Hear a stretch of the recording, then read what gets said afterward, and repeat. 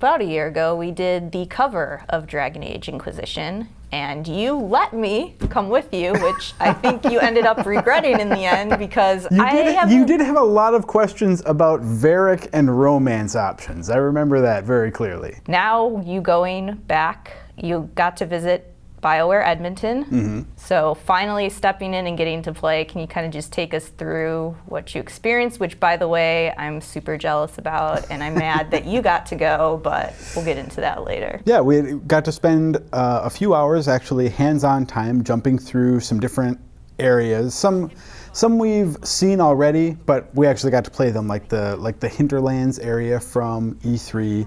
We got to see the Fallow Mire area that they were showing off at Gamescom. It's really fun to sort of have been there, to hear them talk about the potential of the game, right? To hear them talk about the things they want to do with the game. And then after finally getting some extended hands-on time with it, seeing the proof of those concepts, seeing the execution and seeing how it works. Like, you know, they can say, oh, well, we want this to be sort of a midpoint between Dragon Age Origins and Dragon Age 2 in terms of combat. Part of me is like, well, of course you want to say that because like combat in Origins was generally better received than combat in 2. But now actually like getting a chance to play it, you see that they have found a good way to walk that line between the more action-oriented combat and the more sort of tactical, I don't want to say totally pause and play, because it's not like Origins where you would just like set up your moves and then hit spacebar. That's what I was curious about, because I know at E3 they were talking about it and they showed it off a little bit, but I wasn't sure to the extent of how much you could put into action ahead of time and if it was going to be more like Origins or not. So. Yeah, it's a cool system the way they have it set up, because basically you're just doing your normal like third-person action kind of fighting, and if you want to, you hit the select button and it sort of pulls out to that tactical map. So the action pauses, and that lets you sort of go from like character to character and go through their abilities and issue a command that you want them to do. And you can pull the camera out, and then you kind of have two options, and this is cool. You can hit select again to just like exit the mode and let those commands execute. And then if you do that, then it just sort of goes back to your regular like action-based combat. Or while you're in that tactical mode, if you like pull the trigger, it's sort of like a fast forward, not fast forward, but just like a move forward command in time. So it's like you can micromanage kind of as much as you want to and sort of inch forward move by move like that if you want. Or what I found myself doing the most when I was playing was like generally using the action-based combat, jumping into the tactical stuff when I had a little more of a complicated strategy or something. Or when things were getting really hairy and I was like, okay, hold on, pause, you drink a potion, you drink a potion, you drink a potion. Okay, let's get back to it. And I assume while you're in battle, there's going to be some party banter going on?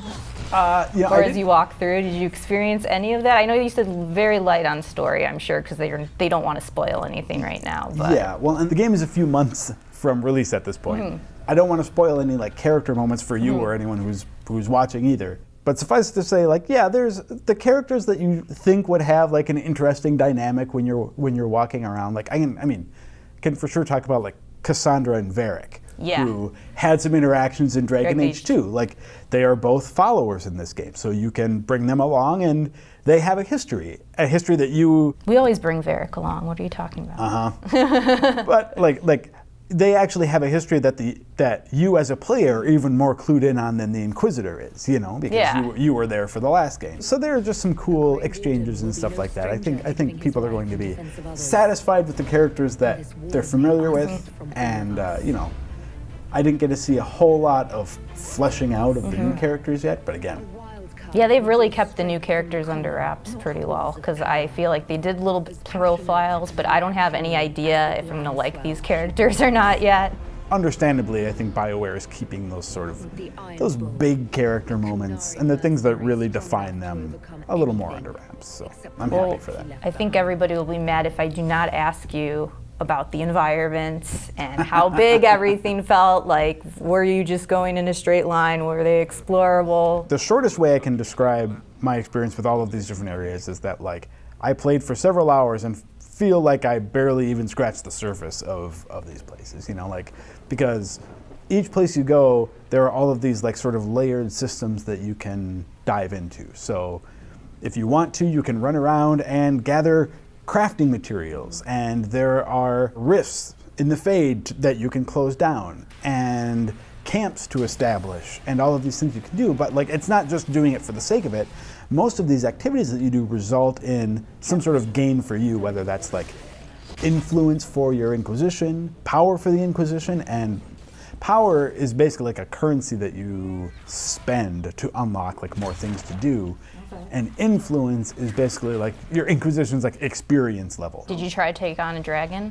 I did not. I did see one being fought. They look fierce. I don't know if I'm going to be able to take down these dragons until I really build my characters. The one that I saw, that dragon's health was right? not going anywhere. Yeah, and plus they have the mobility. I know when I was watching the E3 demo, like we damaged it about halfway, and the dragon just like flew away. Yeah, and then like, it can just like book all it. that work, and So. he just went. But to get back on the environment point thing, just to clarify, so there's no like confusion about it. Like, I didn't see any of the repeated caves of Dragon Age 2 or anything like that. I mean, like, the team at BioWare seems to be very conscious of what people didn't like about the environmental setup in Dragon Age 2, and for Inquisition have just made like these large zones that you can go in to explore. It does remind me a lot more like. Think of it like Dragon Age Origins in the sense that that these zones are discrete. Mm-hmm. But when you get into them, they're way bigger than anything you saw in Origins. I mean, like, it feels like an open world once you're in the zone. It just feels like there's a lot to do. You know, it's the kind of thing where I think of this game coming out in November and I'm like, I am going to be playing this all the way through the holidays. It feels to me like there's going to be enough content there for it, but. Obviously, you know, you stepped into the role of the Inquisitor, mm-hmm. and you got to actually have some time with the war table. Yeah, so the way the war table works is that there are different sorts of activities that you can do on it. Sometimes you're going to want to like spend some of your power to unlock like those main story areas. You can also unlock optional areas. But there's stuff to do there. And like I was saying, there are all those crafting materials, probably. Yeah, crafting materials. Like there is a story quest once you get there. It's not like it's just some random area that you wander around. It's just not a place that you have to go. And then there are also sort of smaller operations on the map. If you've played the Assassin's Creed games, the way that you sort of like send those assassins out on like real-time missions, this is very similar to that. Let's see, one example they gave is like, let's say that there's a dispute over like who's going to sit on the throne in a certain area. You may not, as the Inquisitor, like march down there and swing your sword and tell people what's happening, but you can send your agents to be like, all right, well, there are these candidates who can possibly be sitting on the throne there. What if we eliminated a few of them to make it more likely that the one we want is going to be there? And that may not be just a single operation. Mm-hmm. That may be a string of operations in which you sort of play kingmaker and determine and like try and bend it to the Inquisition's advantage to try and get someone on the throne who supports you. You know, and that stuff isn't done via like involved gameplay. You get that backstory by reading about it, but it's still a sort of thread that conveys a sense of like the influence of the Inquisition, which I think is cool also. Yeah, it's really cool. The war table itself is located in the Inquisition base called Skyhold. So this is basically a castle that serves as a place that you can like customize, and it's where all your forces gather and things like that. The team wants it to feel like a place that, like, it's not just a place that's defensive. It's not just a place that you're building up so people don't attack you. They want it to feel like this base of operations, this like war camp that you are sort of projecting your power from. So you get a sense of you sort of customizing this base and making it feel like not just a seat of power for the Inquisition, but like a place where you're in charge of it. This is another cool thing about Skyhold is your advisors, your party members all sort of find their own little corners of the fortress and kind of make them their own, which I just thought, I think is an interesting way to get that sense back that you can just like Dragon Age Origins had in the camp, to get that sense back that you can just go and talk to a character and say like, hey, how's it going? Which I felt like was missing a little bit in 2. Well, The game sounds great so far. I am super excited come November when I can finally play it. I know we had that unfortunate delay, but it's only a month, so... Well, and ultimately, if it results in a better game, we're fine with that. Then it's hard to complain. And I have a feeling, like you said, we've been playing this for a long time. Yeah. So I'm excited. Good. Bring it. Bring it. Bring it.